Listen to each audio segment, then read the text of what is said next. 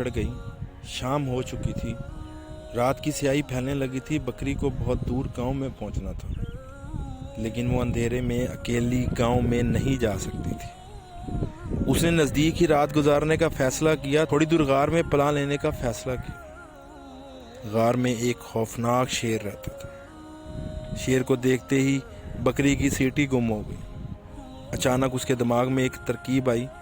اس نے اپنی گردن اکڑا لی اور شیر کی آنکھوں میں آنکھیں ڈال کر گھورنے لگی۔ شیر نے یہ دیکھا تو اسے اپنی آنکھوں پر یقین نہ آیا۔ آج تک کسی جانور کو غار میں آنے کی ہمت نہیں ہوئی تھی۔ شیر کچھ دیر بکری کو دیکھتا رہا، پھر بولا، آپ کون ہیں اور یہاں کیوں آئی ہیں؟ میں بکریوں کی ملکہ ہوں۔ میں نے قسم کھائی ہے کہ 100 چیتے، 25 ہاتھی اور 10 شیر زندہ چبا جاؤں۔ اب تک میں نے 100 چیتے اور 25 ہاتھی کچے چبا لیے ہیں اور اب 10 شیروں کی تلاش میں ہوں۔ یہ سن کر شیر ڈر گیا۔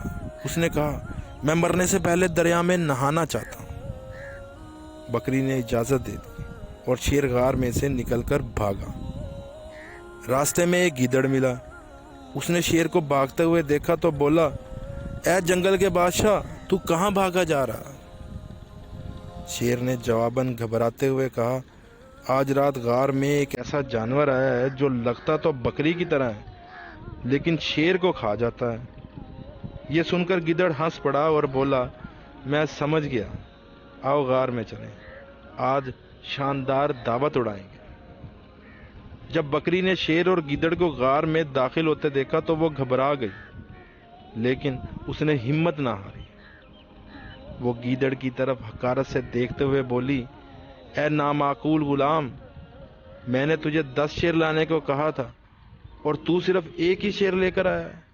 میں تجھے اس نافرمانی کی سزا دوں گی۔ یہ سن کر شیر سمجھا کہ گیدڑ نے اس کے ساتھ دھوکہ کیا ہے۔ اس نے ایک ہی وار میں گیدڑ کے 2 ٹکڑے کیے اور پھر دم دبا کر ایسا بھاگا کہ پیچھے مڑ کر نہ دیکھا۔ بے شک مصیبت کے وقت گھبرانا نہیں چاہیے، عقل اور ہوش مندی سے کام لینا چاہیے۔ شکریہ۔